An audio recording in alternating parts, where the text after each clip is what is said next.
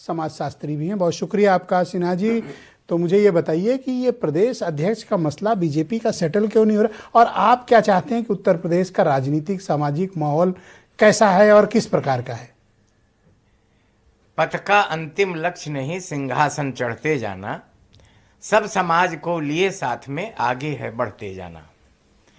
समाज में वही व्यक्ति समाज सेवा के लिए आगे आएगा जिसके पास विजन होगा, दूरदृष्टि होगी और वो कुछ समाज को डिलीवर करने की स्थिति में होगा। अब डिलीवर करना जहां तक बात है, सभी आए, एक एक महारथी एक बार सब सत्ता पे चढ़ चुके हैं और सबके जिम्मे था कि समाज के हित के लिए कुछ काम किया जाए। तो भारतीय जनता पार्टी भी आई और इन्होंने डिलीवर किया, रखा समाज के गरीब तबके के लिए, विशेष रूप से जिसको आप बहुत सा नाम दे रहे हैं, इनके लिए उन्होंने कार्य किया और जनता उसे समझ रही है। और जनता उसी को देखते हुए, आप किसी भी बिरादरी के, आप जाति बिरादरी की बात कर रहे हैं, हमारा चिंतन ही नहीं है जाति बिरादरी का। हम तो सबको हिंदू मानते हैं और सब हिंदू एकजुट हों, इस बात का आह्वान कर रहे हैं कि सभी एक मत हों, एकजुट हों और ऐसे लोगों को चुने। मैं आरएसएस की बात नहीं कर रहा हूं, मैं एक राजनीतिक दल बीजेपी की बात कर रहा हूं।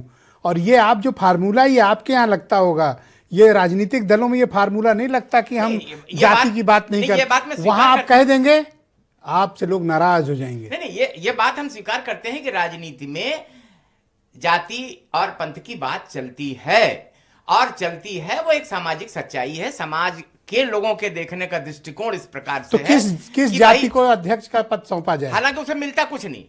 अगर किसी जाति के व्यक्ति अध्यक्ष बन जाए तो उससे वोटों पे कोई असर नहीं पड़ता। वो देखा जाता है कि वो व्यक्ति क्या समाज के लिए डिलीवर कर सकता है या करा सकता है, सरकार से मैसेज दे जाता है। कितना बढ़िया वो तालमेल बैठाता है संगठन और सरकार में। संगठन और सरकार मिलके चलेंगे तो समाज के जितने भी कार्यक्रम होंगे वो बहुत कायदे से।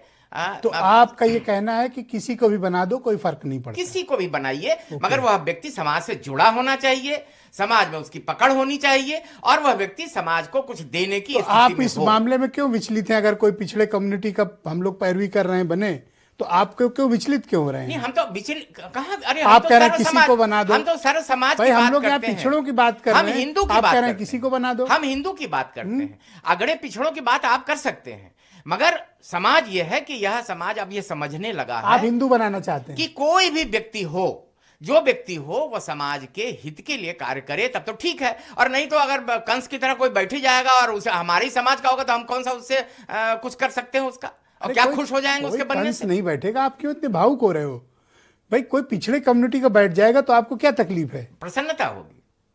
तो आप कहिए कि पिछड़े कम्युनिटी को नेतृत्व मिले। नहीं, ये कैसे कहें कि पिछड़ा अगड़ा जो हम सोचते हैं, आप कह रहे हो हिंदू बनेगा।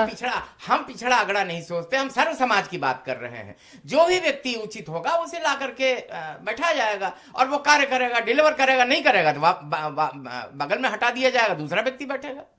तो ये तो समाज में स्वीकार्यता किसकी है? कौन समाज में स्वीकार्य है, ये प्रश्न है। वंचित वर्ग का, पिछड़ों का भी तो विश्वास जीतना है, उन्हें भी तो लगे कि उनकी भागीदारी है। सबका जीतना है और उनका तो आप कह रहे हैं हिंदू बन जाए कोई, जो कमजोर है उसके बारे में तो ज्यादा चिंता है, उसके बारे में। क्या आप पैरवी कर रहे हैं कि किसी अपर कास्ट को बना दो?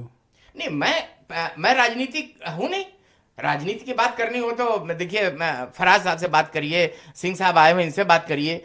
कौन जो बैठेगा वह हमारे लिए, हमारी दृष्टि इस बात पे होगी कि वह व्यक्ति समाज को क्या डिलीवर कर रहा है। भाई, हम लोग पिछड़े की बात कर रहे हैं। नहीं, हमारा चिंतन ही नहीं है पिछड़े का। तब तो कोई बात नहीं। सबको मानते हैं कि वो व्यक्ति समाज के लिए हितकारी हो। बहुत शुक्रिया सिन्हा जी, बड़ी स्पष्ट